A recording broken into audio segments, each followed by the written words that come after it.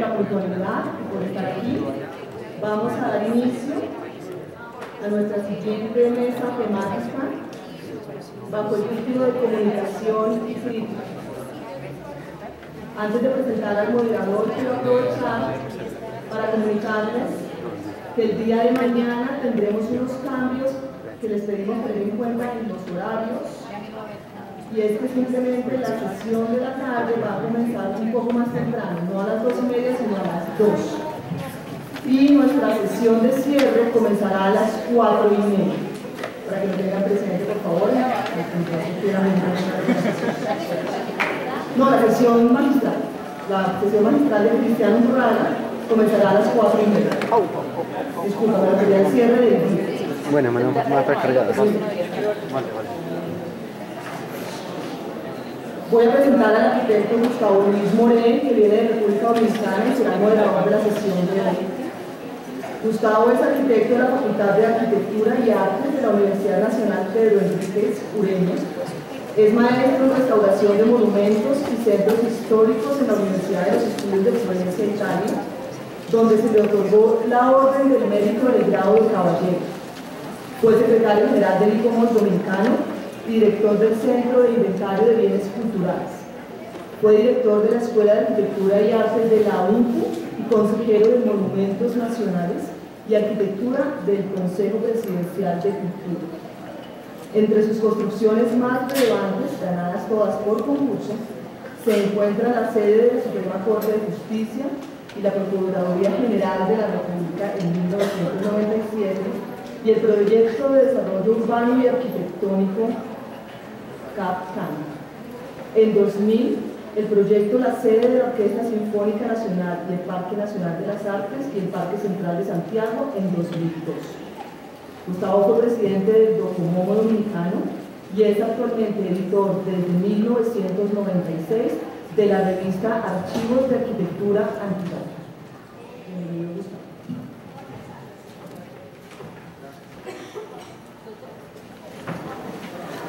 Hola, buenas tardes.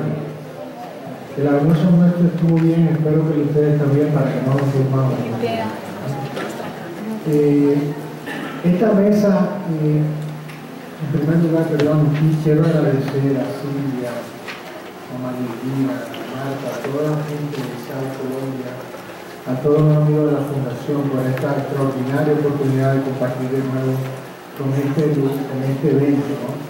El SAL, cada vez que estoy en él, me acuerdo de que no hay un solo lugar donde se discuta arquitectura que me guste más. Es el evento en el cual me siento, donde todo lo que oigo, todo lo que dicen las demás es pura lección. Y agradezco a todos por esta oportunidad. Esta mesa me da la impresión de que es quizás una de las que nos pueda servir más para los propósitos esenciales del seminario de arquitectura latinoamericana. Creo que la crítica es un quehacer importantísimo que puede trazar orientaciones para todos nosotros los arquitectos y en general a toda la cultura del espacio en América Latina. Y esta es una oportunidad interesante. Me alegro mucho de que le hayan dado cabida al tema de la comunicación dentro de la misma mesa de la crítica, porque creo que en el fondo casi no. La arquitectura como hecho cultural es fundamentalmente comunicación, y como comunicación y como hecho cultural la obra en sí misma puede ser también un acto crítico, y me parece que ese acto crítico tiene un potencial extraordinario, pero no necesariamente es suficiente para expresar en su total dimensión su capacidad transformadora. Y en ese caso es que interviene la crítica en el sentido tradicional, que es la que vamos a ver hoy en esta mesa. Y en ese caso la comunicación es fundamental para darle el espacio necesario a esa crítica, compartir con los demás la posibilidad de reflexionar en torno a ella. Para ello tenemos una mesa que cuenta con 4 participantes. El primero será Abilio Guerra. Yo voy a presentarlos a los 4 ahora, me parece que vamos a ahorrar tiempo después, si lo hacemos así. Abilio tiene una charla que se llama La comunicación digital y la arquitectura. Fue editor durante 10 años de la revista de arquitectura Opus. Actualmente es editor del portal digital Vitruvios, reciente producto de la editorial Romano Guerra, dedicado a la arquitectura y el urbanismo. Se ha orientado hacia la crítica, la discusión y el debate, así como a brindar información sobre temas de interés para arquitectos, urbanistas, paisajistas, historiadores y profesionales de disciplinas afines. El portal se estructura con el criterio de secciones de revistas, con distintos tiempos de actualización. ¿No? Espero que todos conozcamos Vitruvio, los que no, creo que deben entrar con cierta urgencia. En segundo lugar estará Fernando Díez, de la Argentina, que nos va a hablar de ecologismo, descuartizamiento, crítica y difusión. Es arquitecto argentino, académico de arquitectura y urbanismo de la Universidad de Belgrano y doctor en arquitectura por la Universidad Federal de Río Grande do Sul. Investigador y docente en la Universidad de Belgrano y Buenos Aires y actualmente profesor de urbanismo y de teoría de la arquitectura de la Universidad de Palermo, Argentina, donde también es director del Departamento de Historia y Teoría. Consultor en temas de diseño y desarrollo urbano de organismos públicos y privados. Director editorial de la revista Suma Más desde 1994 y Barzón desde 2006. Columnista de opinión del Diario de la Nación de Buenos Aires. Es autor, entre otros libros, de Buenos Aires y algunas constantes de las transformaciones urbanas y crisis de autenticidad. En tercer lugar estará Ana Esteban Maluenda, que no es de México, es de Madrid, España, con su conferencia de América del Sur a Latinoamérica, 2 décadas de evolución en el conocimiento y entendimiento de la arquitectura latinoamericana. Ana Esteban Maluenda es profesora en la Universidad de la Escuela de Arquitectura de Madrid, arquitecta y doctora, es premio extraordinario de la Universidad en 2007 y 2008 y mención en los premios de urbanismo, arquitectura y obra pública 2007 por su tesis doctoral titulada La modernidad importada. Madrid, 1949-1968, causas de difusión de la arquitectura extranjera. Enmarcado en su principal línea de investigación, la arquitectura del siglo XX y su difusión, ha publicado un buen número de artículos, ha participado en numerosos congresos e impartido diversas conferencias en universidades españolas y extranjeras. Asimismo, interviene en varios proyectos de investigación dedicados al estudio y a la difusión de la arquitectura moderna. Y por último, don Fernando González Gortázar de México tendrá una participación abierta, digamos que la podremos poner en operación aquí entre nosotros, sobre el tema de la crítica en defensa de la calidad ambiental en la ciudad latinoamericana. Con ustedes, por favor, recibamos con un aplauso a Guido Guerra.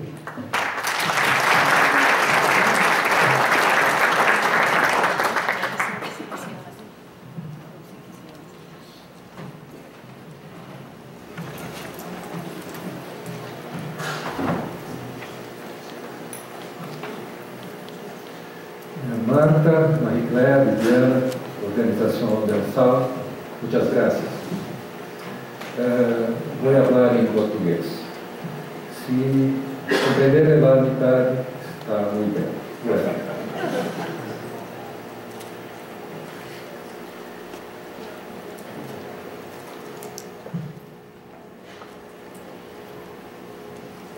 Há 25 anos, no dia 21 de fevereiro de 1988, domingo, o jornal Folha de São Paulo divulgou os nomes de professores e pesquisadores da Universidade de São Paulo, USP, que não teriam escrito ou publicado no período de 1985 a 86.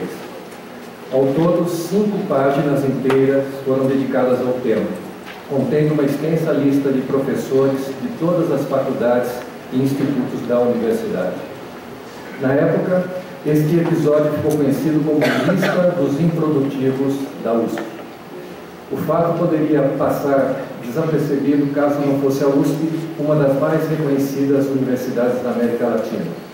Nos meses seguintes, diversos intelectuais de enorme prestígio no Brasil e exterior se pronunciaram em artigos publicados nos jornais.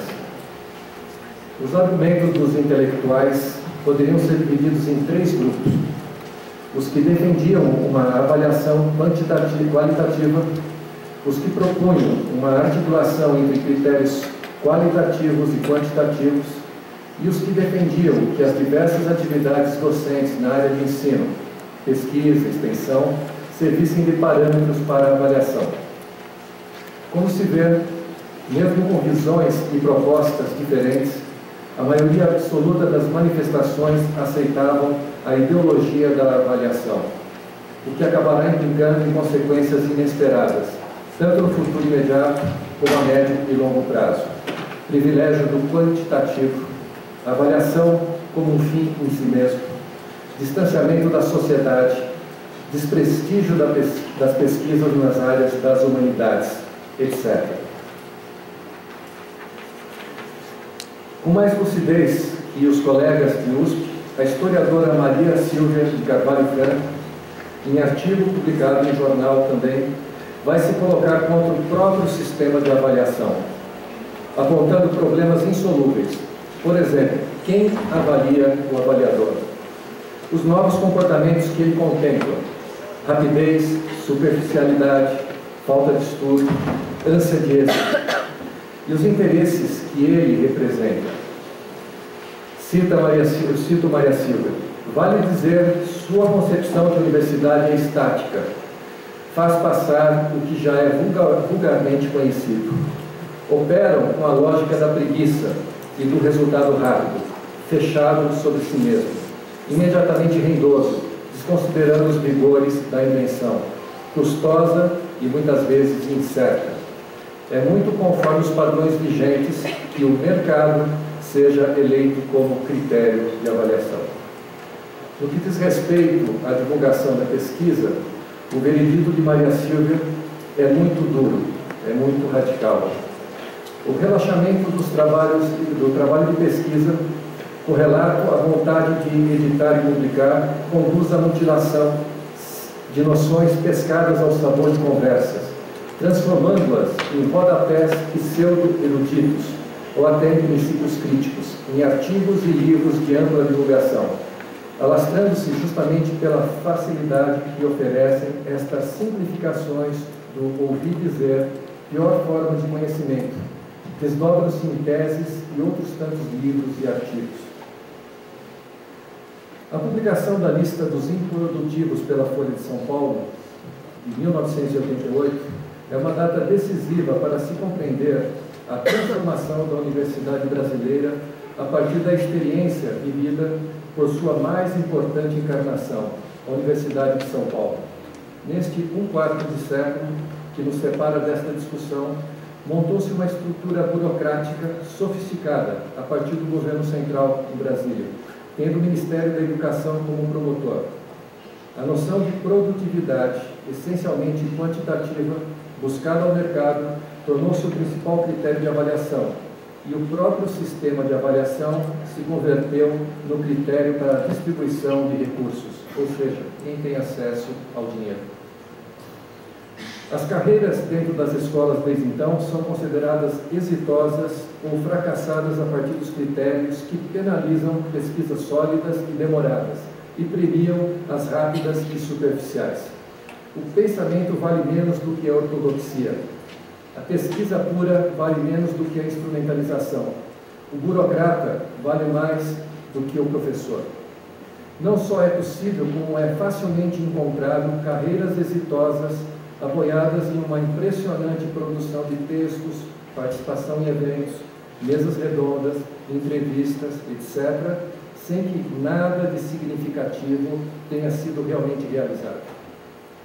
O filósofo Roberto Romano, em entrevista dada no ano de 1999, 10 anos após a lista dos improdutivos, faz fina ironia da situação vivida naquele momento na universidade brasileira e que só vem se acentuando até os dias de hoje.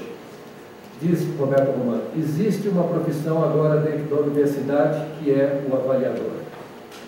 E com palavras feminas, ele finaliza: a ideia de produtividade é uma ideia extremamente danosa à pesquisa científica. Existem pensadores, como é o caso de Wittgenstein, que tirariam nota 0 na CAPES porque passaram dezenas de anos sem publicar quase nada.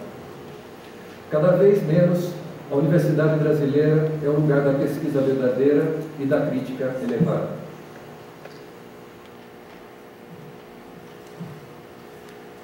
Segundo a Associação Brasileira de Ensino de Arquitetura, a ABEA, o Brasil conta hoje com 293 cursos de arquitetura e urbanismo, situados em 147 cidades, distribuídas por todas as 27 unidades da federação. Estes dados são de março de 2013, deste ano. Seguramente já não corresponde à realidade, pois as estatísticas apontam para um crescimento vertiginoso ao longo das décadas. Segundo a ABEA, temos a seguinte evolução, o que pode ser visto lá no quadro. Segundo a pesquisadora Helena Salvatori, os períodos de crescimento reais e significativos ocorreram entre 1966 e 74 e entre 94 e 2002, ou seja, 16% aproximadamente, 13% aproximadamente. O texto de Salvatori que eu citei é de 2008. Portanto, desde então, o Brasil ganhou 109 novas escolas de arquitetura, aproximadamente 22 escolas por ano, com um crescimento médio um pouco superior a 10%. Ou seja, mesmo tendo decrescido o ritmo, nada leva a crer que o processo tenha se estancado. Há ainda outro fenômeno que expressa a falta de controle no crescimento de escolas. Do total de escolas apontadas pelo levantamento, 198 escolas estão concentradas em apenas 6 estados do país. Das 147 cidades que contam com escolas, 106 delas estão situadas dentro desses 6 estados, em color azul e amarelo.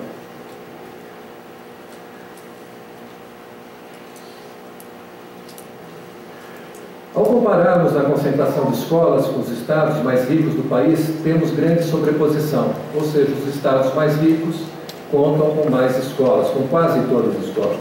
Contudo, temos também algumas distorções visíveis, pois estados ricos e tradicionais, caso de Bahia e Pernambuco, e estado em desenvolvimento mais recente, caso de Goiás, contam com um número muito menor de escolas, como a gente pode ver na cor vermelha.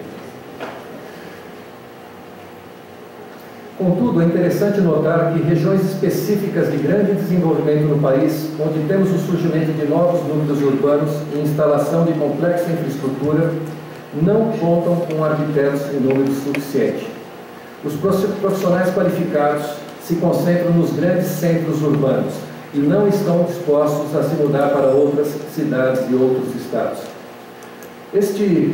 Estes números apresentados me fazem recordar uma conversa com o Juan Herreros, espanhol, arquiteto espanhol, no final de 1994, em São Paulo. Quando mencionei o número de escolas brasileiras de arquitetura, na ocasião em torno de 130, ao invés de questionar sobre a colocação de um número tão grande de novos arquitetos, onde vão trabalhar tantos arquitetos, Herreros fez uma pergunta surpreendente. Ele me perguntou: aonde vocês conseguem tantos professores? O que temos visto nos últimos anos é a formação de um ciclo fechado, onde a ampliação constante de novas escolas de arquitetura criam novas vagas para professores de arquitetura. Estes, cada vez mais jovens, com pouca ou nenhuma experiência em fazer ou pensar arquitetura, retornam aos bancos escolares para realizarem seus cursos de pós-graduação, mestrado e doutorado. Os critérios quantitativos de avaliação é a grande alavanca para esse processo que pode chegar a situações mais caricatas. A ampliação descontrolada de escolas se transformou em tema de pesquisa, por exemplo, com uma multiplicação de mestrados e teses sobre ensino de arquitetura. não deixa de ser curioso que em um ambiente onde se sabe cada vez menos de arquitetura, tenhamos um número cada vez maior de especialistas em ensino de arquitetura. É certo que temos vários trabalhos qualificados, bem fundamentados, mas não é o caso da sua maioria. Por fim, ainda há um fenômeno não mencionado, mas de extrema importância para a compreensão da situação: a proliferação dos programas de pós-graduação. Antigamente, cerca de 20 anos, tínhamos poucas escolas, todas federais ou estaduais, com exceção, públicas, portanto, com exceção da privada, a Pontifícia do Rio de Janeiro. A necessidade crescente de novos professores com pós-graduação criou uma demanda que foi atendida pelo crescimento exponencial e desordenado, em minha opinião, dos cursos de mestrado e doutorado por todo o Brasil. Dezenas de universidades públicas e privadas passaram a oferecer esses cursos com grau variado de qualificação do seu corpo docente e condições infraestruturais muito inadequadas. Estas duas partes apresentadas nos levam a algumas considerações sobre o atual estado da crítica de arquitetura no meu país, Brasil. Em primeiro lugar, seria importante apresentar o que entendo como crítica de arquitetura. Nas artes em geral, no momento da concepção, temos um movimento do intelecto e da imaginação que articula o abstrato e o material, resultando na forma artística construível, que é, ao mesmo tempo, uma expressão de conhecimentos teóricos e práticos. As duas disciplinas tradicionais que tratam dos conhecimentos teóricos com maior rigor é a história da arquitetura e a teoria da arquitetura. Se a história da arquitetura conecta o fato construído a uma determinada sociedade, cabe à teoria fazer outro tipo de conexão, do fato construído aos procedimentos abstratos que lhe dão substância. Este procedimento não só aproxima a teoria da arquitetura da filosofia, da arte, a estética, como também permite que um fenômeno isolado seja compreensível a partir de matrizes genéricas, possibilitando que um determinado objeto estético, o edifício arquitetônico, seja compreendido como singularidade e como parte de um estilo ou de um encaminhamento estético específico.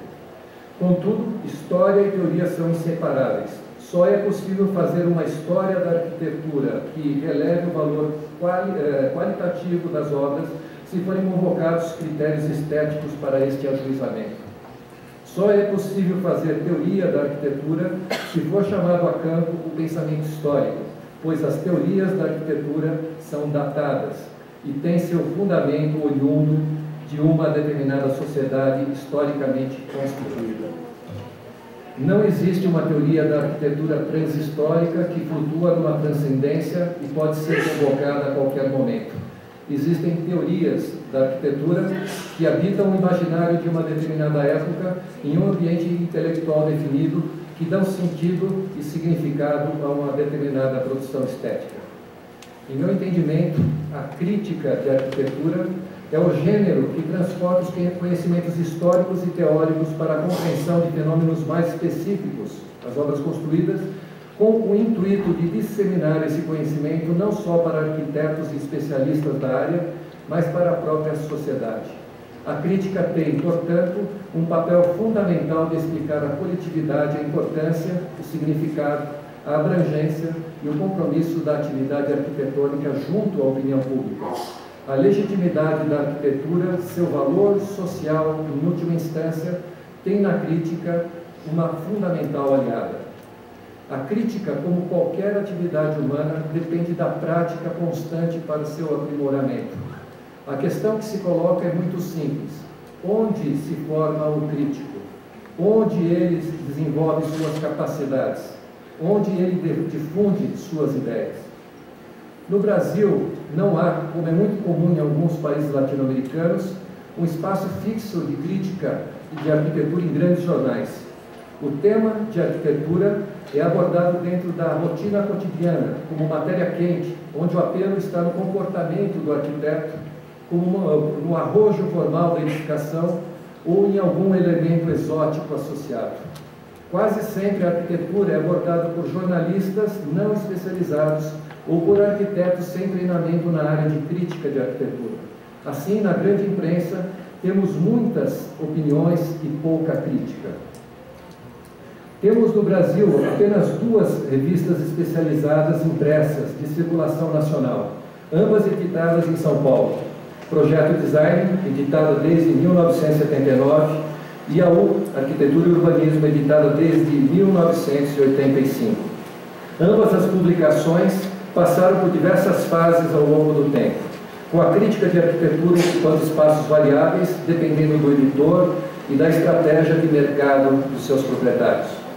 Em termos de excelência gráfica, nenhuma das 2 revistas alcançou uma qualidade compatível às melhores de nosso continente. Caso da Suma Mais, dirigido pelo Fernando, Arquixire, cujo editor é o Nardones, ou Arquini do México. Mas chegaram a ter, no caso das brasileiras, em algum momento, uma boa crítica de arquitetura, que revelou e consolidou nomes importantes como Ruth Verdesign, Carlos Eduardo Comas, Hugo Segal, Cecília Rodrigues dos Santos, Alexandre Castroviejo, Ana Luísa Noves e muito outros. Hoje o espaço para a crítica nestas revistas, que a gente vê no quadro, é diminuto e é fácil encontrá-la, né, a crítica de arquitetura brasileira, em revistas estrangeiras, como é o caso do recente número da Judoí francesa. Na Universidade Brasileira atual, ambiente extremamente endógeno e autossuficiente, o espaço para o desenvolvimento da atividade crítica é asfixiado pela enorme demanda imposta pela produtividade. O tempo disponível deve ser dividido em sala de aula, orientações de alunos de iniciação científica, mestrado, doutorado, pós-doutorado, pesquisa, participação em eventos e com aquilo que é um verdadeiro martírio da nossa universidade, da Universidade Brasileira, a comprovação da produção. Passamos dias, semanas, comprovando que fizemos as coisas que todo mundo sabe que fizemos. É importante mencionar que a maioria absoluta dos críticos da velha geração está vinculada às mais tradicionais escolas de arquitetura do país. Mas é perceptível que mesmo os nossos principais críticos estão com um trabalho cada vez menos crítico, cada vez mais histórico e teórico, pois o canal de veiculação desta produção acontece fundamentalmente dentro da universidade, em seminários, congressos, conferências e revistas acadêmicas. Toda esta vasta produção, alguma dela, parte dela de excelente qualidade, é endógena, ou seja, circula exclusivamente dentro dos muros universitários. Se estou certo em minha opinião sobre a dimensão pública da crítica de arquitetura, podemos dizer que ela é rara e circunstancial em meu país. Por fim, para não deixar de falar sobre o meu trabalho como editor, penso que o portal Vitruvius se beneficia dessa situação, pois é um espaço democrático de difusão da produção histórica, teórica e crítica na área de arquitetura. Mas eu seria leviano em não mencionar que percebo uma piora gradativa dos conteúdos que publicamos, como também é muito claro para mim que cada vez menos o que publicamos tem interface com a sociedade brasileira, com a realidade das cidades brasileiras. Todo dia, a todo momento, pergunto para mim mesmo: vale a pena continuar?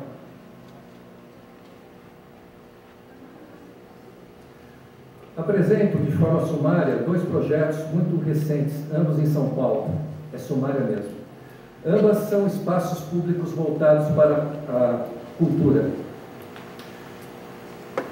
O primeiro, a Praça das Artes, um enorme complexo que concentra as diversas orquestras e corpos de dança da cidade, já mostrado de manhã por Comas, nós não combinamos isso, faz parte da estratégia da Prefeitura Municipal para promover a renovação do Centro Histórico de São Paulo, chamado Revitalização do Centro de São Paulo.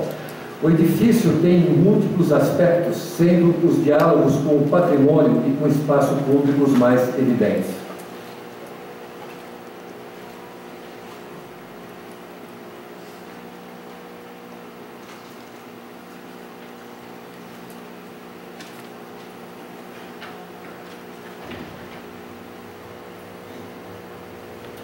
O segundo, a Biblioteca Mindlin, no campus universitário da USP, com suas passagens e praça coberta, busca se tornar um espaço ao mesmo tempo articulado ao maravilhoso Parque do Campus Universitário, como também de concentração da vida cultural da cidade universitária.